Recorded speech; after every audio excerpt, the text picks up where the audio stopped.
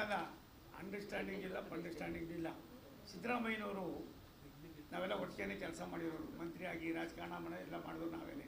ಆ ಸಿದ್ದರಾಮಯ್ಯ ಕಳೆದೋಗ್ಬಿಟ್ಟವ್ರೆ. ಇವಾಗ ಸಿದ್ದರಾಮಯ್ಯನೇ ಬೇರೆ, ಅವತ್ತಿನ ಸಿದ್ದರಾಮಯ್ಯನೇ ಬೇರೆ. ಅವ್ರು ಏನು ಹೇಳಿದ್ದಾರೆ, ಇಲ್ಲಿಂದ ಈಚೆ ಹೇಳಿದ್ದಾರೆ, ಅವ್ರು ಧೈರ್ಯವಾಗಿ ಅವರ ನಾಯಕರಿಗೆ ಅದನ್ನು ಯಾಕೆ ಹೇಳಬಾರ್ದು? ಯಾಕೆ ಹೇಳಬಾರ್ದು? ನಮ್ಮಲ್ಲಿ ಆ ಥರ ಇಲ್ಲ. ಸಿದ್ದರಾಮಯ್ಯನವರ ಈ ಬೂಟಾಟಿಕೆ ವ್ಯವಸ್ಥೆ ಆಗಬಾರ್ದು. ಅಪ್ಪ ಒಂದು ನಿಮಿಷ ತಾಳಪ್ಪ. ಗೃಹನೂ ಇಲ್ಲ, ಲಕ್ಷ್ಮಿನೂ ಇಲ್ಲ. ರಾಜ್ಯ ಏನಾಗಿದೆ ಅಂತ ನಿನಗೂ ಗೊತ್ತು, ನನಗೂ ಗೊತ್ತು. ಆ 2,00,000 ಕೊಟ್ಟು 40,000 ಜಾಸ್ತಿ ಮಾಡಿ ಜನ ಎಲ್ಲ ಯಾವ ರೀತಿ ಪಾಪದಲ್ಲಿದ್ದಾರೆ. ಕೆಲವು ಸಂಬಳ ಕೊಡೋ ವ್ಯವಸ್ಥೆಯಲ್ಲಿಲ್ಲ. ನಾನು ಯಾಕೆ ಅದನ್ನೆಲ್ಲ ಮಾತಾಡೋದು ಬೇಡ ಅಂತೀನಿ ಅಂದರೆ, ಇದನ್ನು ಬಿಡ್ತೀರಿ, ಅದನ್ನು ಬರೀತೀರಿ. ಅದಕ್ಕೋಸ್ಕರವಾಗಿ ಇದು ದೇಶದ ವ್ಯವಸ್ಥೆ. ಹೆಣ್ಣು ಮಕ್ಕಳು ಸ್ವತಂತ್ರವಾಗಿ ತನ್ನದೇ ಆದಂಥ ಕರ್ತವ್ಯವನ್ನು ನಿರ್ವಹಣೆ ಮಾಡುವ ಈ ಜವಾಬ್ದಾರಿ ಇದೆಯಲ್ಲ, ಇದು ನಮ್ಮ ಕೈಯಿಂದ ಸಾಧ್ಯ ಇಲ್ಲ. ನಮ್ಮ ಜೊತೆಯಲ್ಲಿ ನೀವು ಕೈ ಜೋಡಿಸಿದ್ರೆ ಮಾತ್ರ, ಮಾಧ್ಯಮ ಕೈ ಜೋಡಿಸಿದ್ರೆ ಮಾತ್ರ ಇದನ್ನು ಮಾಡ್ಬೋದು. ಇಲ್ಲ ಅದೇನು ಹೇಳ್ತಾ ಇದ್ದೀರಿ ತಾವು? ನೋಡಿ, ರಾಷ್ಟ್ರದ ಪ್ರಧಾನಮಂತ್ರಿ ನರೇಂದ್ರ ಮೋದಿಯವರು ಎಂದಾದರೂ ಒಂದು ದಿನ ಈ ದೇಶದ ನಾನು ಒಬ್ಬ ಸೇವಕ ಅನ್ನೋ ದೃಷ್ಟಿಯಿಂದ ಈ ಮಹಿಳಾ ಮೀಸಲಾತಿಯನ್ನು ಇವತ್ತು ನಾವೇನು ತಂದಿದ್ದೀವಿ, ಪ್ರಧಾನಮಂತ್ರಿಗಳ ಆದ ತಕ್ಷಣ ಅವರು ಮೊದಲನೇದು ಮಾಡಿದ್ದು ನಾರಿ ಶಕ್ತಿಯರಿಗೋಸ್ಕರ. ನಮ್ಮ ಹಳ್ಳಿಗಳಲ್ಲಿ ತಾಯಿಂದಿರು ಅದೇನು ಉತ್ತೀವಲ್ಲ, ಅದೇನಂತೀವಿ ಅದಕ್ಕೆ ಕೊಳವೆ ಉಜ್ವಲ ಯೋಜನೆ ಅಲ್ಲ, ಅದಕ್ಕೆ ಉಜ್ವಲ ಯೋಜನೆ ಜೊತೆಯಲ್ಲಿ ಒಲೆ ಊದೋದು ಅದನ್ನು ತಪ್ಪಿಸಿದ್ರು. ಸಂಧ್ಯಾ ಸುರಕ್ಷಾ ಮಾಡಿದ್ರು, ಬೇಟಿ ಬಚಾವ್ ಬೇಟಿ ಪಡಾವ್ ಮಾಡಿದ್ರು. ಒಂದಲ್ಲ, ಎರಡಲ್ಲ, ಮೂರಲ್ಲ, 10 ಕಾರ್ಯಕ್ರಮಗಳು ಯಶಸ್ಸಿನ ದಾರಿಯಲ್ಲಿ ನಡೆಯುವಾಗ ಇವತ್ತು ಹೆಣ್ಣು ಮಕ್ಕಳಿಗೋಸ್ಕರವಾಗಿ ಹೆಣ್ಣು ಮಕ್ಕಳು ತಾವು ಒಂದು ಸಾರಿ ನಾರ್ತ್ ಈಸ್ಟರ್ನ್ ಸ್ಟೇಟ್ಗೆ ಇದು ಹೋಗಿ ಬನ್ನಿ. ಛತ್ತೀಸ್ಗಢಕ್ಕೆ ಹೋಗಿ, ಅರುಣಾಚಲ ಪ್ರದೇಶಕ್ಕೆ ಹೋಗಿ, ಒರಿಸ್ಸಾಗೆ ಹೋಗಿ, ತ್ರಿಪುರಾಗೆ ಹೋಗಿ, ಅರುಣಾಚಲ ಪ್ರದೇಶ ಅಸ್ಸಾಂಗೆ ಹೋಗಿ, ಮತ್ತು ಮೇಘಾಲಯ, ಈ ಥರದ ಎಲ್ಲ ರಾಜ್ಯಗಳಿಗೆ ಹೋಗಿ ಬನ್ನಿ. ಅಲ್ಲಿಯ ಭಾವನೆಗಳು, ಅಲ್ಲಿರ್ತಕ್ಕಂಥ ಬಡತನದ ರೇಖೆಯಲ್ಲಿದ್ದಂಥ ಹೆಣ್ಣು ಮಕ್ಕಳನ್ನು ಮೇಲ್ಪಂಕ್ತಿಗೆ ತರುವುದ್ರ ಮುಖೇನ ರಾಷ್ಟ್ರದ ಹಿತಕ್ಕೋಸ್ಕರವಾಗಿ ಹೆಣ್ಣು ಮಕ್ಕಳ ಅವಶ್ಯಕತೆ ಇದೆ ಅನ್ನೋದನ್ನು ವಿಶ್ವಕ್ಕೆ ಪರಿಚಯ ಮಾಡಿಕೊಟ್ಟಂಥ ಯಾರಾದರೂ ಒಬ್ಬ ನಾಯಕ ಇದ್ದರೆ ಈ ದೇಶದಲ್ಲಿ, ಸ್ವತಂತ್ರ ಬಂದಾಗಿಂದ ಅಲ್ಲ, ಈ ಇತಿಹಾಸ ಸೃಷ್ಟಿ ಆಗ್ತಕ್ಕಂಥದ್ರಲ್ಲಿ ನರೇಂದ್ರ ಮೋದಿಯವರು ಮೊದಲನೇ ಇದ್ದಾರೆ. ಅವ್ರಿಗೆ ಈ ಥರದ ವೈಯಕ್ತಿಕವಾದ ಹೆಸರಿಗೋಸ್ಕರವಾಗಿ ಮಾಡಿದ್ದಲ್ಲ ಇದು. ಅವರು ಒಂದು ಮಾತನ್ನೇ ಹೇಳ್ತಾರೆ ಪಾರ್ಲಿಮೆಂಟ್ನಲ್ಲಿ, ಇದು ಒಳ್ಳೆ ಬಿಲ್ಲು, ನಾವೆಲ್ಲ ಒಟ್ಟಿಗೆ ಮಾಡೋಣ. ನಾನು ಸರ್ಕಾರದ ಇದರಲ್ಲಿ ನಿಮ್ಮೆಲ್ಲರ ಫೋಟೋಗಳನ್ನ ಹಾಕಿ ಅಡ್ವರ್ಟೈಸ್ಮೆಂಟ್ ಕೊಡ್ತೀನಿ. ಇದರಲ್ಲಿ ಮೋದಿದೇನೂ ಇಲ್ಲ, ಮೋದಿಯವ್ರಿಗೆ ಏನು ಅವಶ್ಯಕತೆ ಇಲ್ಲ. ಪ್ರಧಾನಮಂತ್ರಿಯಾಗಿ ನಾನು ವಿನಂತಿ ಮಾಡ್ತಾ ಇದ್ದೀನಿ. ಇವತ್ತು ಈಗಾಗಲೇ 140 ಕೋಟಿ ಜನಸಂಖ್ಯೆ ಆಗಿದೆ. ಇದನ್ನು ನೋಡುವಂಥ ಪರಿಸ್ಥಿತಿ ಆಗಬೇಕಾಗಿದೆ. ಹೆಣ್ಣು ಮಕ್ಕಳನ್ನು ನಾವು ಇನ್ನೊಂದು ಸ್ವಲ್ಪ ಸದೃಢವಾಗಿ ಮಾಡೋದ್ರಿಂದ ದೇಶದಲ್ಲಿ ಎಲ್ಲ ಒಂದು ಕಡೆ ಬೆಳವಣಿಗೆಗೆ, ಅಭಿವೃದ್ಧಿಗೆ ಪೂರಕ ಆಯ್ತದೆ ಅನ್ನೋ ಮಾತನ್ನು ವಿಶ್ವದಲ್ಲಿ ಯಾವತ್ತಾರು ಭಾರತದಲ್ಲಿ ಆ ರೀತಿಯಾದ ಪ್ರಧಾನಮಂತ್ರಿಗಳು ಹೇಳಿರ್ತಕ್ಕಂಥ ಒಂದು ಉದಾಹರಣೆ ಇದ್ದರೆ ಅದು ವಾಜಪೇಯಿ ಅವರು, ತದನಂತರ ಸನ್ಮಾನ್ಯ ನರೇಂದ್ರ ಮೋದಿಯವರು.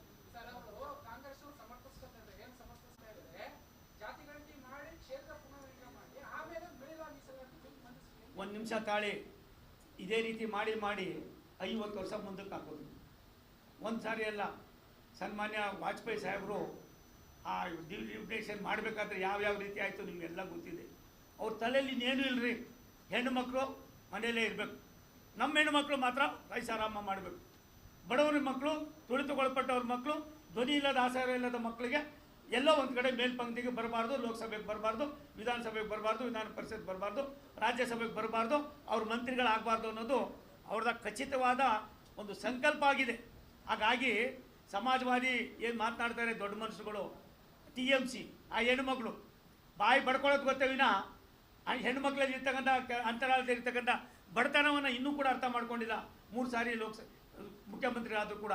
ಆಗಿರುವಾಗ ಕರ್ನಾಟಕ ಇವೆಲ್ಲವನ್ನು ಕಂಪೇರ್ ಮಾಡಿದ್ರೆ ಹಂತ ಹಂತವಾಗಿ ನಾವು ಇವತ್ತು ಆ ಹೆಣ್ಣುಮಕ್ಕಳನ್ನು ಮೇಲ್ಪಂಕ್ತಿಗೆ ತರ್ತಕ್ಕಂಥದ್ದಕ್ಕೆ ಮೋದಿಜಿಯವರ ಈ ದೂರದೃಷ್ಟಿ ಇದೆಯಲ್ಲ, ಮುಂದೊಂದು ದಿನ ಸೂರ್ಯ ಚಂದ್ರ ಇರೋ ತನಕ ಮೋದಿಯವರು ಇರ್ತಾರೆ, ಅವ್ರು ಕೊಡೋ ಈ ಕಾರ್ಯಕ್ರಮನೂ ಇರ್ತಾರೆ. ಇದರಲ್ಲಿ ನಾವು ಸಫಲರು ಆಗ್ತೀವಿ. ಮುಂದಿನ ದಿನಗಳಲ್ಲಿ ನಾರಿ ಶಕ್ತಿ 33 ಎಲ್ಲ ಒಂದು ಕಡೆ ಮಣ್ಣೆ ಮಾಡ್ತಕ್ಕಂಥ ಅವಕಾಶಗಳು ಕೂಡ ಕಲ್ಪನೆ ಆಗ್ತದೆ ಅನ್ನೋದು ಹೆಣ್ಣು ಮಕ್ಕಳು ಮುಂದಿನ ದಿನಗಳ ಹೋರಾಟ. ಪ್ರಾಯಶಃ ಕಾಂಗ್ರೆಸ್ದವ್ರಿಗೆ, ಇನ್ನು ಇತರೆ ಯಾರ್ಯಾರು ಪಕ್ಷದವ್ರು ಇದ್ದಾರೆ, ಇವ್ರಿಗೆಲ್ಲರಿಗೂ ಕೂಡ ಒಂದು ರೀತಿ ಬರ್ಜಿನೂ ಬೇಕಿಲ್ಲ, ಕಿವಿಯಾಕೆ ಏನೂ ಬೇಕಿಲ್ಲ. ಎಲ್ಲ ಒಂದು ಕಡೆ ಸ್ಲೋ ಪಾಯ್ಸನ್ ಆಗಿ ಅವರವರೇ ನಶಿಸಿ ಹೋಗೋ ಕಾಲ ಬರ್ತಾ ಇದೆ. ಈ ಒಂದು ಪಾಪದ ಕೊಡಕ್ಕೆ ಕಾರಣರಿದ್ದರೆ ಅದು ಕಾಂಗ್ರೆಸ್ ಮತ್ತು ಮಿತ್ರ ಪಕ್ಷಗಳು. ಮೋದಿಜಿಯವರು ಎಂದೂ ಕೂಡ ವೈಯಕ್ತಿಕವಾದ ಹೆಸರಿಗೆ ಆಸೆ ಪಟ್ಟವರು ಅಲ್ಲ, ಪಡ್ತಕ್ಕಂಥ ಅವಶ್ಯಕತೆಯೂ ಇಲ್ಲ.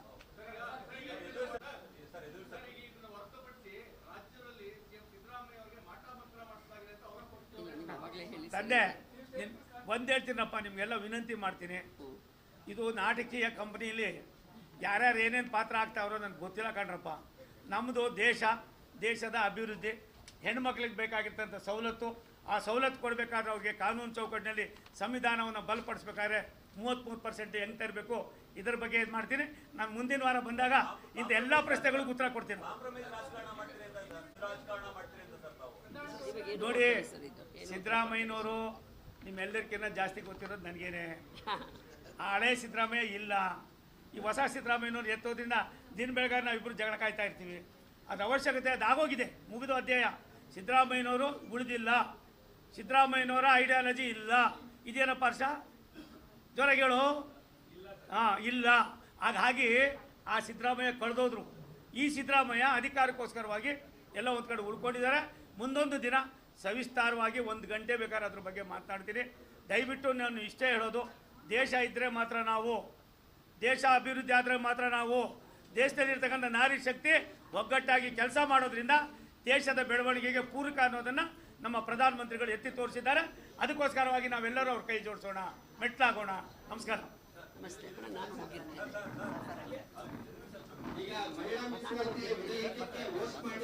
ಖರ್ಗೆ ಅವರು ವಯಸ್ಸಾಯಿತು, ಎಲ್ಲ ಒಂದು ಕಡೆ ಯಾರು ಮೆಚ್ಚಿಸೋದಕ್ಕೂ ಅವರ ಅನುಭವ, ಅವರ ದೂರದೃಷ್ಟಿ ರಾಜಕಾರಣ ನೋಡಿದಾಗ ಇಂಥವರಲ್ಲೂ ಕೂಡ ಕೀಳಿರಿಮೆ ಇದೆ ಅನ್ನೋದು ಮಹಾರಾಜರು ತುಂಬ ಚೆನ್ನಾಗಿ ಹೇಳಿದ್ರು. ಇಂಥ ದೊಡ್ಡ ವ್ಯಕ್ತಿಗಳಲ್ಲೂ ಕೂಡ ಕೀಳಿರಿಮೆ ಅನ್ನೋದಕ್ಕಿಂತ ಹೆಚ್ಚಾಗಿ ಒಬ್ಬ ರಾಷ್ಟ್ರದ ಪ್ರಧಾನಮಂತ್ರಿಗಳನ್ನು ನೀವು ತೆಗೆದುಕೊಂಡಂಥ ಭಾಷೆ ಇದೆಯಲ್ಲ, ನೀವು ಎಷ್ಟು ಮಟ್ಟಿಗೆ ದೊಡ್ಡ ಮನಸ್ಸು ಅಂತ ಆ ಭಾಷೆನೇ ನಿಮಗೆ 1, 2, 3 ಮಾರ್ಕ್ಸ್ ಎಷ್ಟು ಕೊಡಬೇಕು ಕೊಟ್ಟೋಗಿದೆ. ನನಗನ್ನಿಸಿದ್ರೆ ದಯವಿಟ್ಟು ಅವರು ಮೊದಲು ಅವ್ರು ಆಗಿರ್ತಕ್ಕಂಥ ಈ ಪ್ರಮಾದವನ್ನು ಖಾತ್ರಿಪಡಿಸ್ಕೊಂಡು ಅವ್ರು ಮತ್ತೆ ಅದನ್ನು ಕ್ಷಮೆ ಯಾಚನೆ ಮಾಡಿದ್ರೆ ಖರ್ಗೆ ಅವರಾಗೇ ಇರ್ತಾರೆ. ಇಲ್ಲ ಅವರ ಖರ್ಗೆ ಅವರು ಕೂಡ ಎಲ್ಲ ಒಂದು ಕಡೆ ಬಾಯಿ ಚಪ್ಪಲದ ವ್ಯವಸ್ಥೆಗೆ ಕಾರಣರಾಗ್ತಾರೆ. ಒಬ್ಬ ರಾಷ್ಟ್ರದ ಪ್ರಧಾನಮಂತ್ರಿಗಳು, ನಾನು ಮೊನ್ನೆ ಬಾಬಾ ಸಾಹೇಬ್ ಅಂಬೇಡ್ಕರ್ ಅವರ ಜಯಂತಿ ದಿನ ನಾವೆಲ್ಲ ಪಾರ್ಲಿಮೆಂಟ್ನ ಪ್ರೇರಣಾ ಸ್ಥಳದಲ್ಲಿ ನಾನು, ಖರ್ಗೆ ಸಾಹೇಬರು, ರಾಷ್ಟ್ರದ ಪ್ರಧಾನಿಗಳು, ರಾಷ್ಟ್ರದ ರಾಷ್ಟ್ರಪತಿಗಳೆಲ್ಲ ಸೇರಿದ್ವಿ. ಅವತ್ತು ರಾಷ್ಟ್ರದ ಪ್ರಧಾನಮಂತ್ರಿಗಳು ಖರ್ಗೆ ಅವರ ಮಾತಾಡಿದ ಒಂದು ನೋಡಿದಾಗ ನನಗನ್ನಿಸ್ತಾ ಇತ್ತು, ಎಂಥ ದೊಡ್ಡ ಮನುಷ್ಯರು, ಅಂಥ ವ್ಯಕ್ತಿನ ನೀವು ಜೊತೆಯಲ್ಲಿ ದಿನ ಬೆಳಗಾದರೆ ನೋಡಿದವರು, ಅವರ ಅನೇಕ ವಿಚಾರಗಳನ್ನು ನೀವು ಮೈಗೂಡಿಸ್ಕೊಂಡು ಎಲ್ಲ ಒಂದು ಕಡೆ ತೊಳಲಾಟ ಒದ್ದಾಡ್ತಾ ಇರೋರು, ನಿಮ್ಮ ಬಾಯಿಸಿಂದ ಹಿಂಗೆ ಬರ್ತದೆ ಅಂದರೆ ನೀವು ಇಷ್ಟೊಂದು ಕೀಳು ಮಟ್ಟಕ್ಕೆ ಇಳಿಬಾರ್ದಾಗಿತ್ತು. ಇದು ನಿಮ್ಗೆ ಒಳ್ಳೆಯದಲ್ಲ, ಗೌರವ ಅಲ್ಲ. ದಯವಿಟ್ಟು ಕ್ಷಮೆ ಯಾಚನೆ ಮಾಡಿ.